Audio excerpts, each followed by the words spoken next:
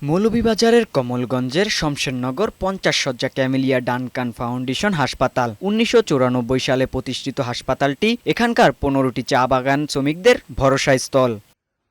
এদিকে গত 27শে মার্চ হাসপাতালের চিকিৎসাধীন এক শিক্ষার্থীর মৃত্যুকে কেন্দ্র করে উত্তেজনার সৃষ্টি হলে হাসপাতালে হামলা ও ভাঙচুর চলে, চিকিৎসকদের মারধরের ঘটনাও ঘটে।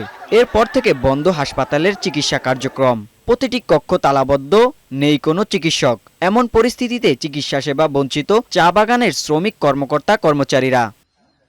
চা শ্রমিকরা জানান, হাসপাতাল বন্ধ থাকায় জরুরি রোগীদের দূরের হাসপাতালে নিতে গিয়ে পথেই মৃত্যুর ঘটনাও ঘটে।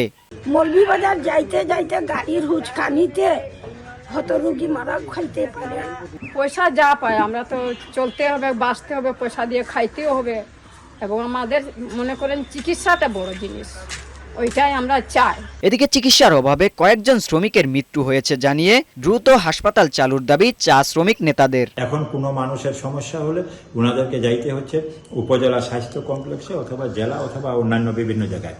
তখন তাৎক্ষণিকভাবে অর্থের প্রয়োজন হয়, যে অর্থের সামর্থ্য চা বাগানের বেশিরভাগ মানুষেরই তাৎক্ষণিক নাই। এতে করে রোগীর মৃত্যুর ঝুঁকি বাড়ছে। চা জনগোষ্ঠী, বিশেষ করে চা শ্রমিক নিরীহ মানুষ, তারা বাইরে গিয়ে ট্রিটমেন্ট করতে পারতেছে না। ক্যামেলি হাসপাতালটা অনতিবিলম্বে চালু করেন। দ্রুত চিকিৎসা সেবা চালুর উদ্যোগ নেওয়া হয়েছে বলে জানিয়েছেন উপজেলা নির্বাহী কর্মকর্তা। বাহির থেকেও একটা টিম আসছে লন্ডন থেকে, তারা হয়েছে এখানে বিষয়টা তদন্ত করে দেখছে। আমরা আশা রাখি যে 2-1 দিনের ভিতরেই এখানে চিকিৎসা মানে যে অংশটুকু হাসপাতালগুলো চালু হয়ে যাবে এবং যারা চা শ্রমিক বা অন্যান্য যারা আছে তারা মানে সঠিকভাবে সেবা পাবে। হাসপাতালটির অচল অবস্থা দীর্ঘায়িত হলে মানবিক সংকটের আশঙ্কা করছেন সংশ্লিষ্টরা। মুনসুর আলম, বৈশাখী সংবাদ।